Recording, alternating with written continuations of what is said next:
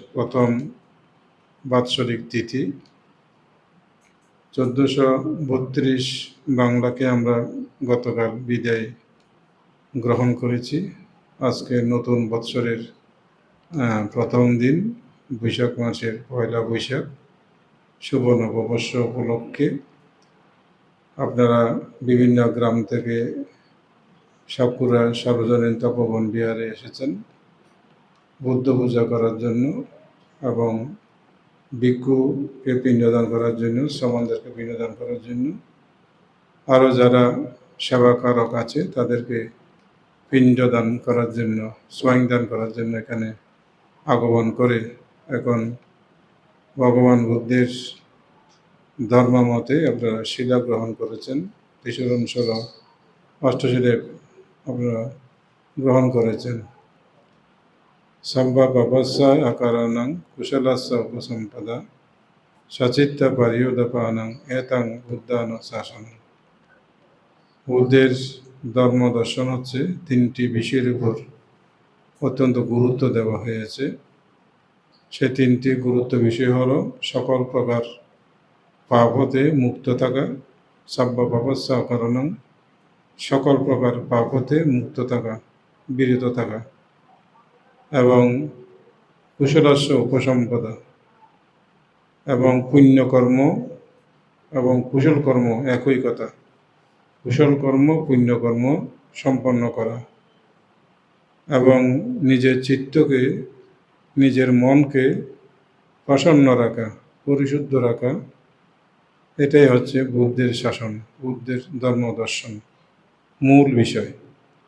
সকল প্রকার পাপ হতে বিরত থাকা, শীল বিশুদ্ধিতা রাখা, কুশল কর্ম সম্পন্ন করা এবং নিজের চিত্তকে প্রসন্ন রাখা, সংযত রাখা, সুবিশুদ্ধ রাখা, এটাই হচ্ছে বুদ্ধের অনুশাসন।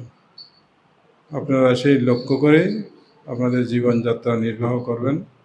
প্রত্যেক বৎসর আমরা আমাদের জীবনে, আপনাদের জীবনে আমরা এই বৈশাখ মাসকে কেন্দ্র করে প্রথম নববর্ষকে আমরা স্বাগত জানাই।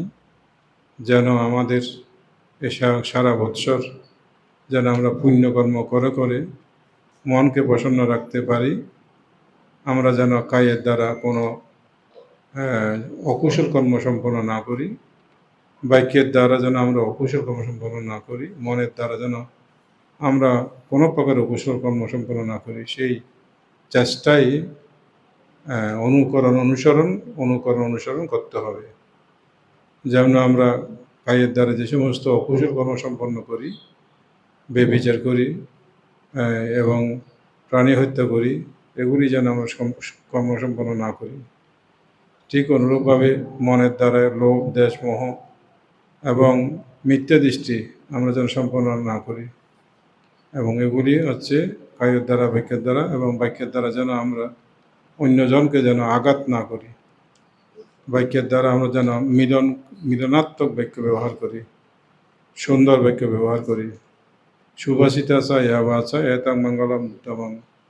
বুদ্ধ বলছেন কি সুভাষিত বাক্যই হচ্ছে মঙ্গলজনক। তাই আমরা এই তিনটি বিষয়ের উপর লক্ষ্য করে আমাদের জীবন, আপনাদের জীবন যাতে সুন্দর সার্থক হয় এরকম কামনা করে আমরা সকল কর্ম সম্পন্ন করি।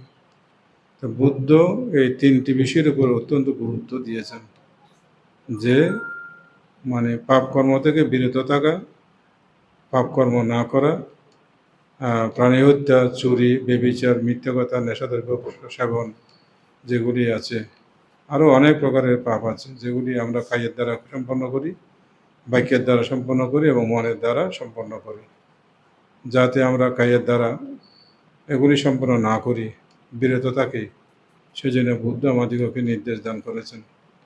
তাই আমরা আমাদের জীবনে, মনুষ্য জীবনে, মানব জীবনে যে আমরা জ্ঞানী মানুষ হয়ে যাতে জন্মলাভ করতে পারি, জ্ঞানী হতে পারি, সেই লক্ষ্য করে রেখে আমরা যেন প্রত্যেক দিন যেন শুভ কর্ম সম্পন্ন করি, যেন আমরা পুণ্যকর্ম সম্পন্ন করি। এই পুণ্যকর্ম সম্পন্ন করলেই পরে আমাদের মানব জীবন সুখী সুন্দর জীবন হবে এবং প্রস্ফুটিত জীবন আমরা গঠন করতে সক্ষম হব।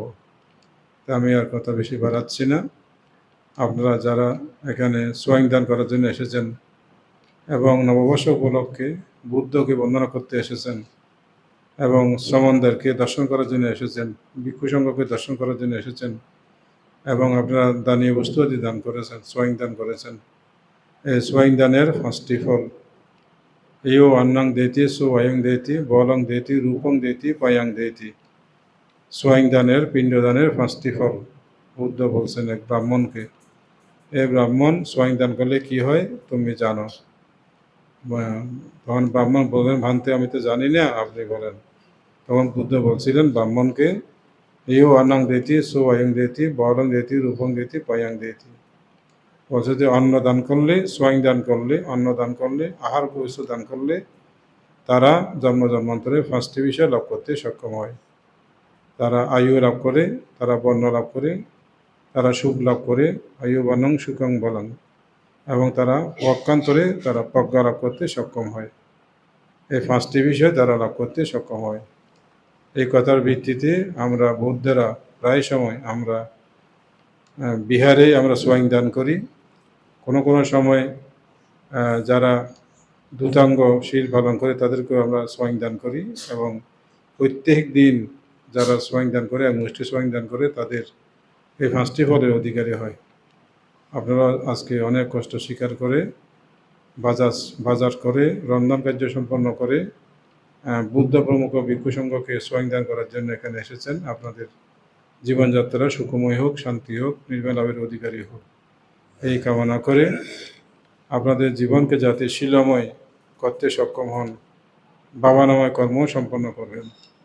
ভাবনাময় প্রত্যেক দিন অন্তত 5 মিনিট হলেও ভাবনা কর্ম সম্পন্ন করবেন। নিজের বিছানায় গিয়ে শুয়ে আপনারা ভাবনা কর্ম সম্পন্ন করবেন।